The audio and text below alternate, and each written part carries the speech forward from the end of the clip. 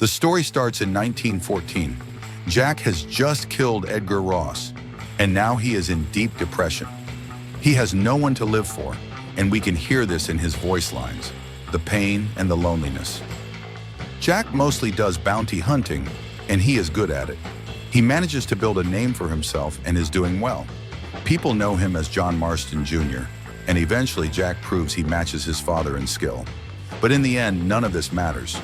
One day, Jack is riding around when he sees a strange-looking guy. The man looks sharp, has a mustache, and is wearing a top hat. Jack thinks he has seen this guy somewhere before. The strange man greets him. Jack asks if he knows him, and the strange man talks in a weird way, unlike any normal human. Jack is confused and starts to leave, but then the strange man mentions John Marston. That immediately catches Jack's attention. The strange man tells Jack about his father, how the Pinkertons killed him, how John is not even mentioned in the newspapers, and how no one knows Edgar Ross betrayed John. Jack is even more shocked when the strange man mentions Cain. Even Jack only has distant memories and doesn't remember much himself. The strange man tells him how Micah Bell killed Cain. Jack is confused, but he remembers Micah Bell was the rat, and because of him, the Van der Linde gang split apart.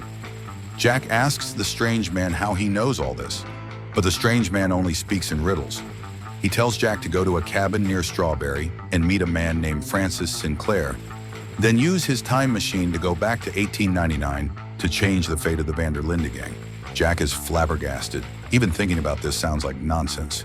Jack thinks the strange man might be joking, but he looks dead serious. So Jack goes to the cabin and meets Francis Sinclair. Jack tells him to take him to 1899, and Francis does exactly that. Jack arrives in town, buys a newspaper, and is in complete shock when he sees the date, 1899. Jack rushes to Beecher's Hope and finds nothing. His house is gone too. At that moment, Jack truly believes he is in 1899. After searching for days, he finally finds the gang's camp.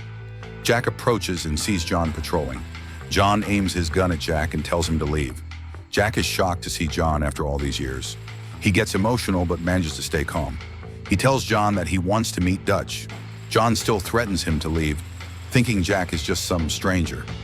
Jack tells John that he is Jack Marston.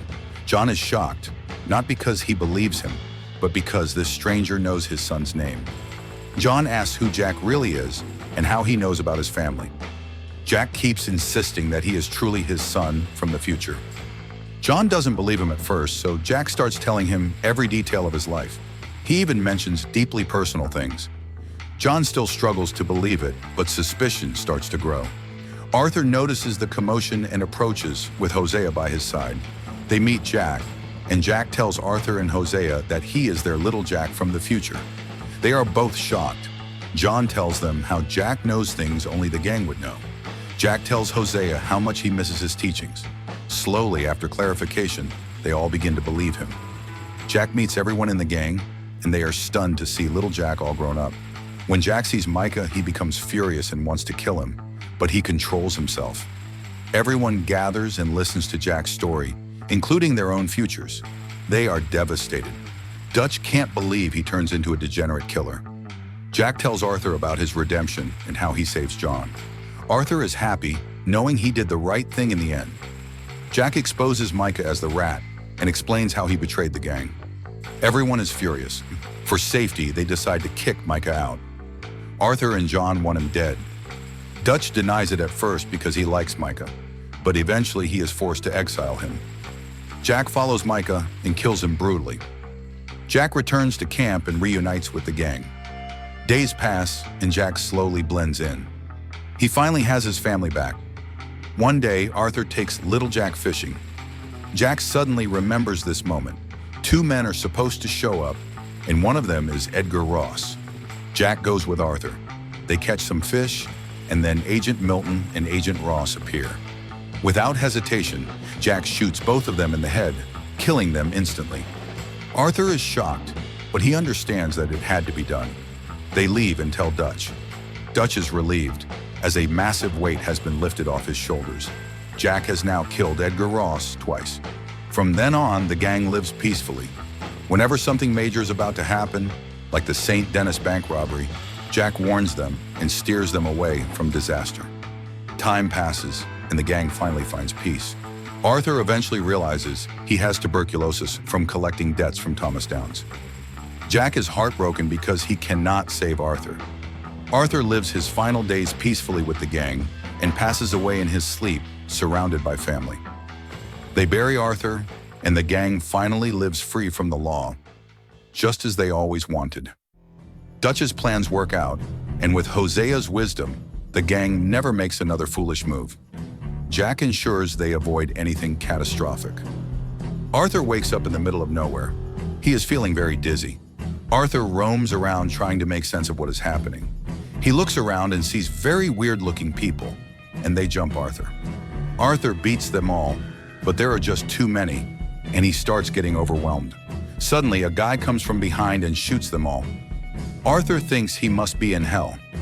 The man greets Arthur, and his name is Joel. Joel gives Arthur a hand and says Arthur doesn't look like he's from around here. Arthur tells Joel that he comes from the Heartlands. Joel looks confused, as the place Arthur mentioned doesn't exist. Anyway, Joel takes Arthur to the base, and Arthur is flabbergasted. It is completely otherworldly. He sees people wearing different clothes, and everything looks unfamiliar. First, Joel checks if Arthur is infected, and apparently Arthur is not. Arthur realizes that these people are holding up here from something much worse.